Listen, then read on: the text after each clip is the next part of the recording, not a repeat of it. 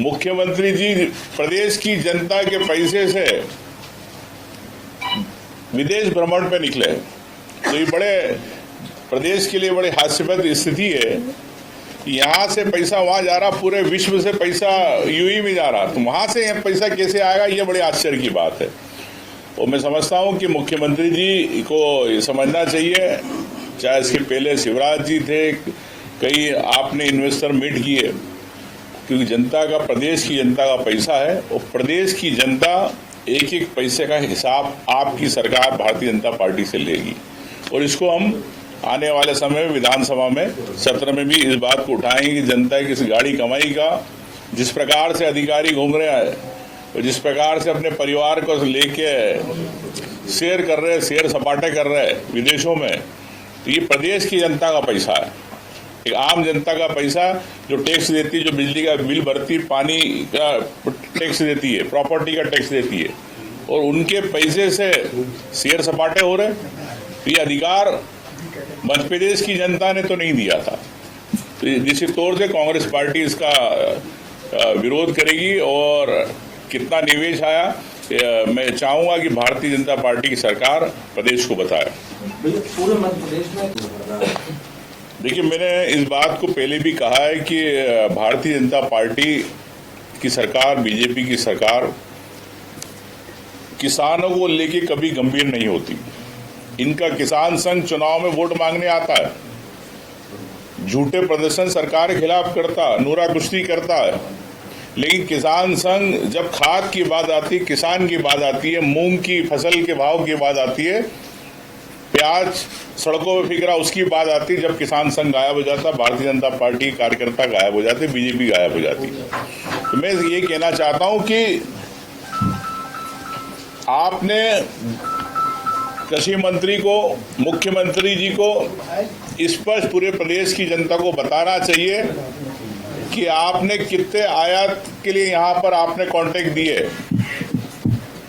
कितने हजार टन आपने बाहर से बुलवाया, कितना केंद्र सरकार से अलॉटमेंट हुआ, और क्या प्रदेश में कालाबाजारी नहीं हो रही है खाद की, इस पे भी मुख्यमंत्री जी को स्पष्ट करना चाहिए।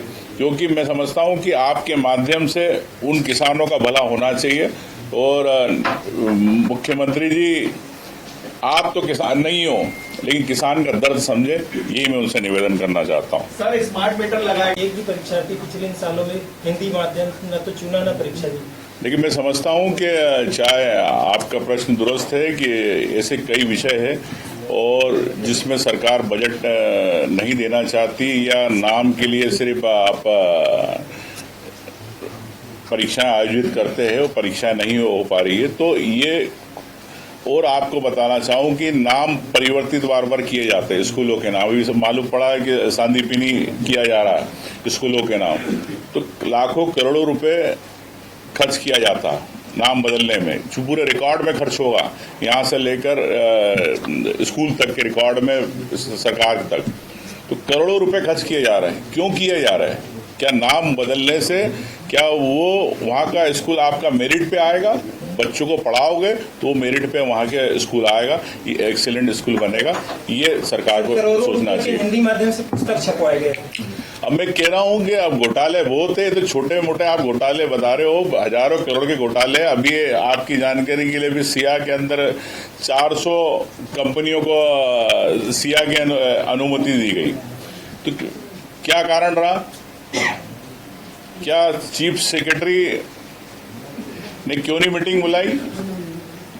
क्या नवनीत कोठारी ने क्यों परमिशन दी? क्यों श्रीमंत शुक्ला प्रमुख सचिव के कहने पे करी? नवनीत कोठारी और श्रीमंत शुक्ला के कार्यकाल की जांच होना चाहिए। और मैं ये कहना चाहता हूं कि 3 करोड़ से लेकर 5 करोड़ रुपए वसूले गए उद्योगपतियों से, तो करीब 2 से 3 हजार करोड़ रुपए किसके पास गए? मुख्यमंत्री जी बताए, आपने नवनीत कोठारी को बिठाया, आपने श्रीमंत शुक्ल को बिठाया, आप बताएं ये पैसा कहाँ है? उन उद्योगपतियों की जेब से गया। क्यों नहीं सिया की मीटिंग पिछले 4 महीने 6 महीने में नहीं हुई? तो ऐसे कई कारण है, तो इसको भी हम विधानसभा में उठाएंगे। तो ये सरकार जनता की सरकार नहीं है, घोटालों की सरकार है, भ्रष्टाचारियों की सरकार है। Thank you. मध्य प्रदेश में कांग्रेस की एक नई सोच, एक नई रणनीति को लेके 2028 को लेके कांग्रेस पार्टी की ओर से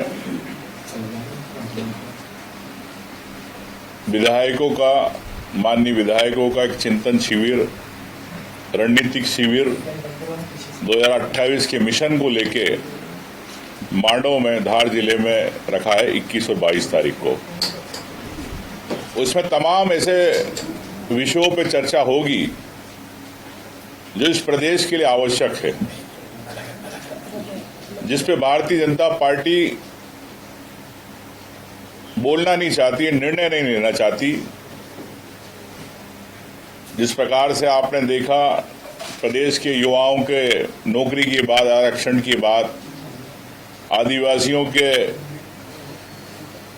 जल जंगल जमीन की बात, पैसा कानून की बात, ST/SC सीटों पे अत्याचारों की बात और ऐसे कई तमाम विषय है जिस पे समूह चर्चा होगी। और दिल्ली से हमारे कांग्रेस के वरिष्ठ नेता सभी लोग ऑनलाइन रहेंगे, चूंकि 21-22 को लोकसभा है। और सोशल मीडिया के लिए सुप्रिया सिनेज जी, प्रधानी जी, भारतीय कांग्रेस के कोषाध्यक्ष